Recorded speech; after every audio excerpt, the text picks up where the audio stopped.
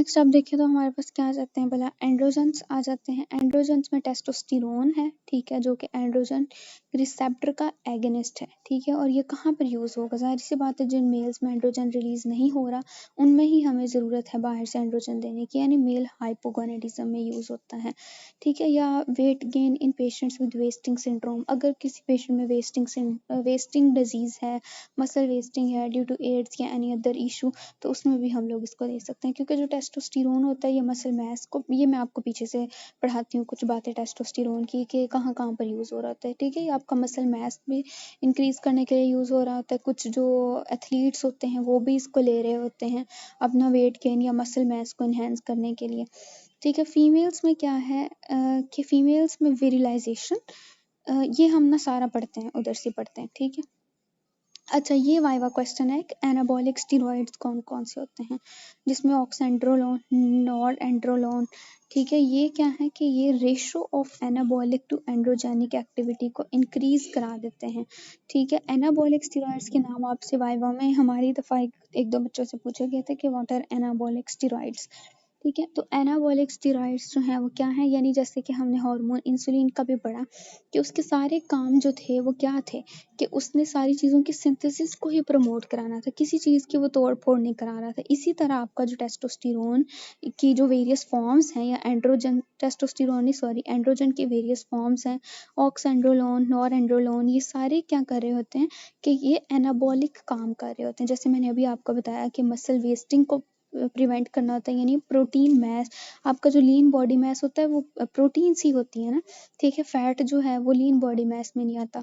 तो ये क्या कर रहा होता है कि आपके एनाबॉलिक स्टीरॉयड के तौर पर काम कर रहा होता है, इसीलिए एथलीट्स भी इसको लेते हैं ताकि उनके अंदर मसल मैस बढ़े, प्रोटीन्स की सिंथेसिस ज़्यादा हो, या वेरियस मैकेनिज्म ज़्यादा हो, या एनाबॉलिक काम उसकी बॉडी के अंदर ज़्यादा हो, ये हम देखते हैं। एंटी एंड्रोजन्स में क्या है, 5 अल्फा रिडक्टेज इनहिबिटर है, जिसमें फिन एस्टेराइड है, ठीक है। ये मैंने बता दिया कि 5 अल्फा रिडक्टेज एंजाइम को इनहिबिट करता है, और ये एंजाइम वो है जो कि टेस्टोस्टेरोन को डाईहाइड्रोटेस्टोस्टेरोन में जो है वो कन्वर्ट कर रहा होता है। आपका मेनली टेस्टोस्टेरोन जब सर्कुलेशन से आता है, प्रोस्टेट ग्लैंड, मेल की बात कर रही हूँ, प्रोस्टेट ग्लैंड में जाता है, वहाँ पर जाकर रिसेप्टर्स के ऊपर एक्ट करता है, डाईहाइड्रोटेस्टोस्टेरोन में कन्वर्ट होता है। डाईहाइड्रोटेस्टोस्टेरोन के आगे बहुत सारे काम होते हैं। तो अगर किसी मेल में अगर बिनाइन प्रोस्टेटिक हाइपरप्लेजिया हुआ हो, या फिर प्रोस्टेटिक कार्सिनोमा तो नहीं, ठीक है, बिनाइन प्रोस्टेटिक हाइपरप्लेजिया हुआ हो, तो कार्सिनोमा भी वैसे आप कंसीडर कर सकते हैं। मेनली आपका जो मेल का जो प्रोस्टेट होता है ना, उसमें दो कंपोनेंट्स होते हैं। एक उसमें कंपोनेंट होता है ग्लैंडुलर कंपोनेंट, यानी ग्लैंड्स जहाँ से सिक्रीशंस होनी होती हैं, और एक उसका स्ट्रोमा वाला कंपोनेंट है जिसमें मसल फाइबर्स वगैरह या कनेक्टिव टिश्यू आ जाता है, ठीक है। तो ये दो कंपोनेंट्स होते हैं। अगर कार्सिनोमा या बिनाइन प्रोस्टेटिक हाइपरप्लेजिया है मेनली, तो उसकी वजह से हमारे पास क्या हो रहा होता है कि आपका ये जो ग्लैंडुलर कंपोनेंट है, दूसरा जो स्ट्रोमल कंपोनेंट है, दोनों ही बढ़ रहे होते हैं, जिसकी वजह से ग्लैंड इनलार्ज हो रहा होता है, ठीक है। तो ये ग्लैंड इनलार्ज किसके रिजल्ट में हो रहा था, ये डाईहाइड्रोटेस्टोस्टेरोन के रिजल्ट में, ठीक है, जो कि अब बनता ही आपके प्रोस्टेट के सेल्स के अंदर आकर है, वरना आपकी सर्कुलेशन में टेस्टोस्टेरोन ही घूम फिर रहा होता है। तो अगर किसी मेल में बिनाइन प्रोस्टेटिक हाइपरप्लेजिया है, तो हम उसमें 5 अल्फा रिडक्टेज एंजाइम को ही इनहिबिट कर देते हैं, ताकि सर्कुलेशन वाला टेस्टोस्टेरोन जब प्रोस्टेट में पहुंचे तो वो डाईहाइड्रोटेस्टोस्टेरोन में कन्वर्ट ही ना हो पाए, और ना ही वो प्रोस्टेट के वेरियस कंपोनेंट्स के ऊपर एक्ट करे और बीपीएच कराए, ठीक है। इसके अलावा मेल पैटर्न हेयर लॉस, जो आपको पता है मेल में क्या होता है, सेंटर से सर के दरमियान से वो गंजे हो जाते हैं। मेल पैटर्न हेयर लॉस जो है उसको प्रिवेंट करने के लिए भी यूज़ हो रहा होता है।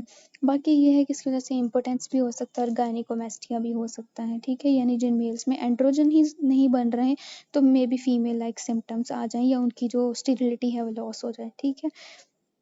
रिसेप्टर एंटागोनिस्ट में हमारे पास क्या आ जाता है, फ्लूटामाइड आ जाता है। फ्लूटामाइड क्या होता है कि ये रिसेप्टर एंटागोनिस्ट का नाम से जाहिर है कि ये रिसेप्टर के ऊपर एंटागोनिस्ट के तौर पर काम करेगा और एंड्रोजन नहीं बनने देगा। ये भी हम लोग जो है वो प्रोस्टेट कैंसर में ही यूज़ कर रहे होते हैं, ठीक है। ऊपर वाला बीपीएच में था, और ये रिसेप्टर एंटागोनिस्ट हम लोग प्रोस्टेट कैंसर में यूज़ कर रहे होते हैं।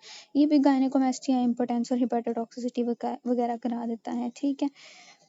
उसके बाद क्या है कि स्पाइरोनोलैक्टोन, ये हमने पिछले चैप्टर में भी पढ़ना है, ये आपका मिनरलोकॉर्टिकॉइड रिसेप्टर एंटागोनिस्ट है, ठीक है, ग्लूकोकॉर्टिकॉइड मिनरलोकॉर्टिकॉइड्स। तो उसमें मिनरलोकॉर्टिकॉइड रिसेप्टर का एंटागोनिस्ट होता है और ये पोटाशियम स्पेयरिंग डायूरेटिक के तौर पर काम कर रहा होता है, बल्कि मेरे ख्याल से सीवीएस में भी पढ़ा होगा। पोटाशियम स्पेयरिंग डायूरेटिक यानी पोटाशियम को बॉडी से बाहर नहीं निकलने दे रहा होता, ठीक है।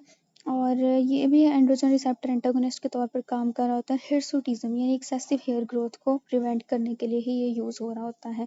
अच्छा, ये जो मैंने अभी बोला ना मेल पैटर्न हेयर लॉस को प्रिवेंट करने के लिए यूज़ होता है, तो मेल पैटर्न हेयर लॉस ही क्यों? क्योंकि मेल्स के अंदर ये जो सेंटर से सर के दरमियान से वो गंजे हो जाते हैं ना, फीमेल्स तो ऐसे नहीं होती, ठीक है। तो एनाटॉमी में शायद आपने ये बात पढ़ी हो या किसी ने आपको बताई हो कि फीमेल्स का तो आपने देखा है कि अगर उनके अंदर बाल कम होते भी हैं तो इस पैटर्न में किसी फीमेल के भी नहीं होते। असल में मेल जो हैं उनके अंदर जो सेंटर है ना, सेंट्रल पोर्शन उनका हेड का, वहाँ वहाँ पर जो है वो central sorry peripheral portion blood supply ज़्यादा होती है, ठीक है, as compare to central area. इसलिए दरमियान से अगर बाल उड़ गए तो फिर वो एक दफ़ा उड़ गए समझें, ठीक है ना, दोबारा आना जो है वो मुश्किल होता है, वहाँ पर ग्रोथ जो है वो दोबारा मुश्किल होती है। दूसरी चीज़ ये कि मेल के अंदर टेस्टोस्टेरोन हार्मोन के कुछ इफ़ेक्ट्स होते हैं जिसकी वजह से उनके अंदर ये वाला पैटर्न शो होता है। फीमेल्स में तो टेस्टोस्टेरोन कंपेयर टू मेल इतना नहीं होता ना, तो इसलिए उनके अंदर इस टाइप की बाल्डनेस नहीं होती। तो अगर मेल पैटर्न हेयर लॉस को प्रिवेंट करना है तो फिर हम लोग जो मेजर हार्मोन है मेल्स में टेस्टोस्टेरोन, उसको ही इनहिबिट कर दें, ठीक है। डिफरेंट चीज़ों के लिए रिस्पॉन्सिबल होता है आपका टेस्टोस्टेरोन। अगर आप मेल की स्किन देखें तो वो बड़ी हार्ड सी स्किन होती है, फीमेल की स्किन देखें तो वो सॉफ्ट होती है, तो वो भी आपके टेस्टोस्टेरोन हार्मोन की वजह से ही होती है कि मेल में टेस्टोस्टेरोन हार्मोन होता है, ठीक है। तो इसके बहुत सारे काम होते हैं और मेल पैटर्न हेयर लॉस में को प्रिवेंट करने के लिए आप टेस्टोस्टेरोन की सिंथेसिस को ही इनहिबिट करा देते हो। फिर गोनाडोट्रोपिन रिलीजिंग हार्मोन का एगोनिस्ट है, एंटागोनिस्ट है, ये आप वहाँ से ही देख लीजिएगा। सिंथेसिस इनहिबिटर में हमारे पास क्या है, कीटोकोनाजोल है। कीटोकोनाजोल जो है ये क्या करता है कि ये सिंथेसिस नहीं होने देता एंड्रोजन हार्मोन्स की, ठीक है। बाकी ये साइटोक्रोम P450 इनहिबिटर भी है। P450 इनहिबिटर एक और ड्रग भी था, डेनाजोल था मेरे ख्याल से, और एक हमने ये कीटोकोनाजोल पढ़ा। ये भी प्रोस्टेट कैंसर में ही यूज़ हो रहा होता है, ठीक है, कि हम लोग एंड्रोजन की सिंथेसिस को ही उस पर्सन में इनहिबिट कर दें। उसकी रीज़न मैंने एक्सप्लेन कर दी, आपकी बुक में ये मेंशन नहीं है, ये बात मैंने वैसे एक्स्ट्रा आपको बताई है कि थोड़ा बहुत आपको पता हो कि हम क्यों यूज़ कर रहे हैं, ठीक है। उसके बाद क्या है कि ये जो आपका कीटोकोनाज़ोल है ये अदर स्टेरॉइड्स की सिंथेसिस के साथ भी इंटरफेयर करता है, ठीक है, क्योंकि ज़ाहिर सी बात है कि एक तो ये है कि अदर स्टेरॉइड की सिंथेसिस के साथ इनहिबिट करता है और बहुत सारे ड्रग्स की क्लियरेंस को भी ज़्यादा करा देता है, ज़्यादा नहीं कराता बल्कि उनके एक्शन को ज़्यादा करा देता है, क्योंकि ये P450 इनहिबिटर है। तो बाकी सारे ड्रग्स जिन्होंने P450 से मेटाबोलाइज होना था वो नहीं होंगे, उनका एक्शन भी प्रोलॉन्ग हो जाएगा, ठीक है। तो ये आपके पास था। अच्छा, टेस्टोस्टेरोन मैंने आपको कहा था, ये मैं आपको भी बताती हूँ एंड से।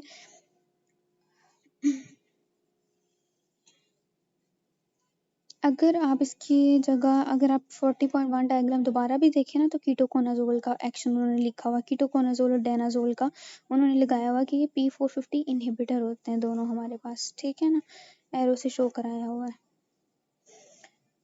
बाकी ये था कि अगर आप देखें तो इन्होंने 40.1 फिगर में ये भी शो कराया हुआ है कि आपका जो क्लोमिफेन है ना वो एंटीरियर पिट्यूटरी को स्टिमुलेट कर रहा है कि मज़ीद हार्मोन्स रिलीज़ करे, जबकि ओरल कॉन्ट्रासेप्टिव्स या बाकी ड्रग्स जो अभी हमने पढ़े एंटागोनाइज जो कर रहे हैं वो एंटीरियर पिट्यूटरी के ऊपर फीडबैक इनहिबिशन तो नहीं, यानी उसको इनहिबिट कर रहे हैं, ठीक है। लेकिन क्लोमिफेन जो है वो ऐसा ड्रग है जो कि ओवुलेशन को इंड्यूस कराता है या आपके पिट्यूटरी को स्टिमुलेट करता है कि मज़ीद हार्मोन्स को रिलीज़ कराए। अब आप आ जाएं टेस्टोस्टेरोन के ऊपर। बाकी अगर आप मेल 40.2 डायग्राम के अंदर भी आ जाए तो वहाँ पर भी कीटोकोनाजोल का शो कराया हुआ है कि ये टेस्टोस्टेरोन की सिंथेसिस नहीं होने दे रहा। 5 अल्फा रिडक्टेज इनहिबिटर का दिखाया हुआ है कि वो टेस्टोस्टेरोन को डाइहाइड्रोटेस्टोस्टेरोन में कन्वर्ट नहीं होने दे रहे, ठीक है जी। और बस ये काफ़ी है, पूरा पूरा ये चार्ट करने की आपको बिल्कुल भी ज़रूरत नहीं है।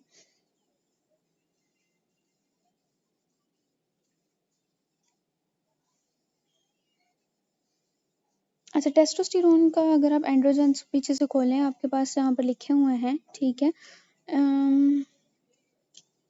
क्या हो सकता है कि एंड्रोजन्स जो हैं वो हमारे पास मैकेनिज्म ऑफ एक्शन ये है कि ये स्टीरॉयड हार्मोन है, तो बाकी स्टीरॉयड हार्मोन्स भी न्यूक्लियर रिसेप्टर्स के ज़रिए से एक्ट करते हैं, ये भी ऐसे ही करेंगे, पहले साइटोसोलिक रिसेप्टर से बाइंड करेंगे, फिर हार्मोन रिसेप्टर कॉम्प्लेक्स आपके न्यूक्लियस में जाएगा, वहाँ पर जाकर जीन एक्सप्रेशन वगैरह करा देगा। इफेक्ट्स इसके हमारे पास क्या होते हैं भला, इफ़ेक्ट्स में अगर आप देखें तो टेस्टोस्टेरोन जो है ये मेल फीटस की एक तो नॉर्मल डेवलपमेंट के लिए ज़रूरी है, ठीक है। दूसरी चीज़ ये कि ये मेल के प्यूबर्टी के टाइम पर ये हार्मोन बड़ा ज़रूरी होता है। इसने मेल के जितने भी जेनिटल ऑर्गन्स हैं जैसे पीनस है उसकी ग्रोथ करानी होती है। इसके अलावा अगर आप लड़कों को या लड़कों को देखें तो प्यूबर्टी की एज पे जाके उनकी आवाज़ भारी भारी हो जाती है, अचानक से उनकी आवाज़ चेंज हो जाती है, ठीक है, कुछ महीनों में या कुछ दिनों में, ठीक है। तो ये हमारे पास क्या है, लेरिंक्स की ग्रोथ भी कराता है, स्केलेटन की ग्रोथ भी कराता है, और अचानक से ही प्यूबर्टी, लड़कों की हाइट एकदम से ही आप देखेंगे कि जैसे अब 8 क्लास में है या 10th क्लास में है तो 10th से फर्स्ट ईयर में होते हैं तो उसकी एज में या सॉरी उसकी हाइट में काफ़ी इंक्रीज आ जाता है, ठीक है। 8 से लेके 10 तक या 6 से लेके 10 तक वो एक जैसा ही आपको लग रहा होता है। तो ये स्केलेटन की भी इन्लार्जमेंट कराता है और आपके लेरिंक्स की भी कराता है, बाकी फेशियल, प्यूबिक और एक्सिलरी हेयर की ग्रोथ भी कराता है, डार्कनिंग ऑफ स्किन भी कराता है, मसल मास को भी लार्ज कराता है। प्यूबर्टी के बाद ये सेकेंडरी सेक्सुअल कैरेक्टरिस्टिक्स जैसे एस्ट्रोजन प्यूबर्टी के बाद सेकेंडरी सेक्सुअल कैरेक्टरिस्टिक्स और फर्टिलिटी, लिबिडो, ठीक है, इन सारी चीज़ों में ये इन्वॉल्व होता है।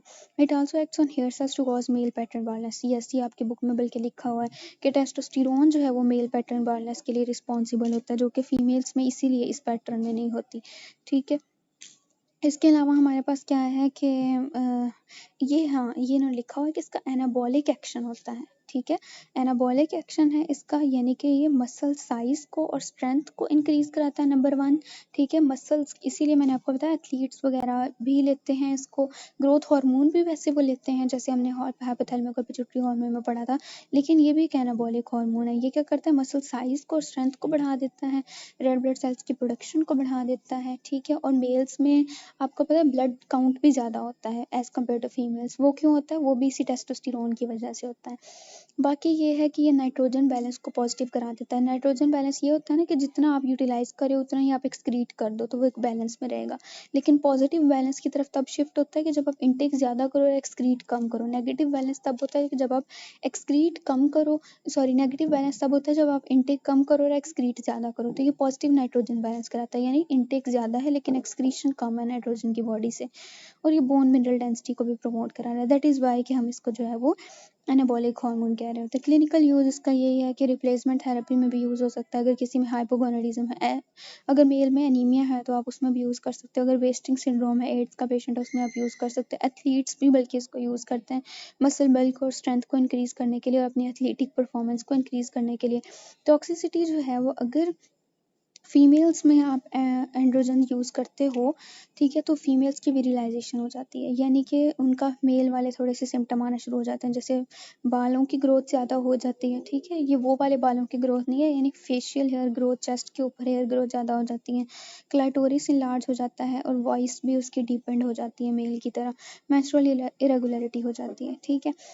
एक ऐसी वुमन जो कि जिसके अंदर फीमेल फीटस है, मतलब प्रेग्नेंट है वो फीमेल फीटस के साथ, तो उसके अंदर आप बाहर से एंड्रोजन दोगे तो उसकी वजह से क्या होगा, विरिलाइजेशन हो जाएंगी उसकी, जो फीमेल फीटस है उसकी विरिलाइजेशन हमने देख ली क्या क्या होती है। पैराडॉक्सिकली अगर आप एक्सेसिव डोज मेन में दोगे, बेशक मर्दों में ज़रूरी होता है टेस्टोस्टेरोन, लेकिन अगर ये ज़्यादा होगा तो पैराडॉक्सिकली उनके अंदर फीमेल वाले सिम्टम आना शुरू हो जाएंगे, फेमिनाइजेशन कहते हैं उसको, गायनेकोमेस्टिया होगा, टेस्टिस श्रिंक हो जाएंगी, इनफर्टिलिटी हो जाएगी as a result of feedback inhibition. यानी ज़्यादा आपने देने शुरू कर दिए तो क्या होगा, बॉडी के अंदर पहले भी नॉर्मल बन रहे थे, आपने बाहर से और भी देने शुरू कर दिए तो मे बी वो फीडबैक इनहिबिशन करा दिए कि मज़ीद नहीं चाहिए बॉडी को, और इसके रिजल्ट में जो है वो फीमेल लाइक सिम्टम आना शुरू हो जाए, ठीक है। इसके अलावा बोथ सेक्सेस में एनाबॉलिक स्टीरॉयड्स जो हैं, अगर दोनों में देखा जाए, मेल फीमेल अलग से टॉक्सिसिटी हमने देख ली, अगर दोनों में टॉक्सिसिटी देखी जाए तो दोनों में cholestatic jaundice, elevation of liver enzyme और हिपेटोसेलुलर कार्सिनोमा, इन सारी चीज़ों के चांसेस भी बढ़ जाते हैं, ठीक।